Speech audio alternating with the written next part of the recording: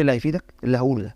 تعمل ايه لو حصل زلزال لا قدر الله؟ بما ان الزلازل كترت الفتره الاخيره، ربنا يستر علينا، ما عديش ايام لو يحصل زلزال محدش عارف ليه، فهتتصرف ازاي؟ خليني اقول لك ان قبل ما يحصل زلزال ابقى مجهز نفسك. هحط مثلا شنط طوارئ في كل حته في البيت، شنطه فيها ميه، فيها اكل معلب وهكذا، او فيها اسعافات اوليه. المهم لو حصل هزه وانت في البيت وجه زلزال، بتغطي راسك زي ما قلت لكم قبل كده، بتغطي راسك وتنزل في الارض، وخليك جنب حاجه عاليه، دولاب، نيش، بحيث لو في اي حاجه لا قدر الله وقعت تبقى هي الحاجه دي سنداه. ولو قدرت تخش جوه الدولاب ادخل. طيب موضوع تحت الترابيزه تمام، بس مش في نص الترابيزه، جنب الرجول، عشان نص الترابيزه اضعف حته فيها. جنب الرجول على الاقل يكون في حاجه سانده شويه، او في عزم، حاجه وقعت عليها. ما تقفش تحت حلق الباب. للاسف البنا في مصر اخر سنين ما فيهوش ضمير تماما، مواد البنا ولا اللي شغالين فيها، فتحت الباب مش هيحميك من حاجه.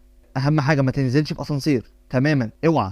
طيب لو حصل زلزال وكنت في الشارع، ما تقفش تحت بلكونات، تحت عماير، جنب شجر، جنب عمدان، ابعد عن كل الاماكن دي. طيب لو حصل زلزال وانت في عربيتك، ما تقفش تحت جسر او تحت كوبري او برضه جنب عمدان او شجر، ما تطلعش من العربيه، حاول تقف بيها في حته امان وتفضل جواها ما تخرجش منها. وبعد الزلزال ما يعدي على خير، لو جوه البيت اخرج، شامم ريحه غاز، ما تولعش اي نور ولا اي حاجه. لو هتفتح دواليب او ارفف او اي حاجه خلي بالك عشان الحاجه اللي جواها هتقع عليك. ما تستخدمش الاسانسير ابدا وانت خارج. شركات ومدارس خليكم مهتمين جدا بالموضوع ده، اعملوا خطط اخلاء وجربوها كذا مره، بالذات في الاوقات دي انسب وقت تتدربوا فيه، علشان مش عارفين ايه اللي ممكن يحصل بعد كده. انا من الناس للاسف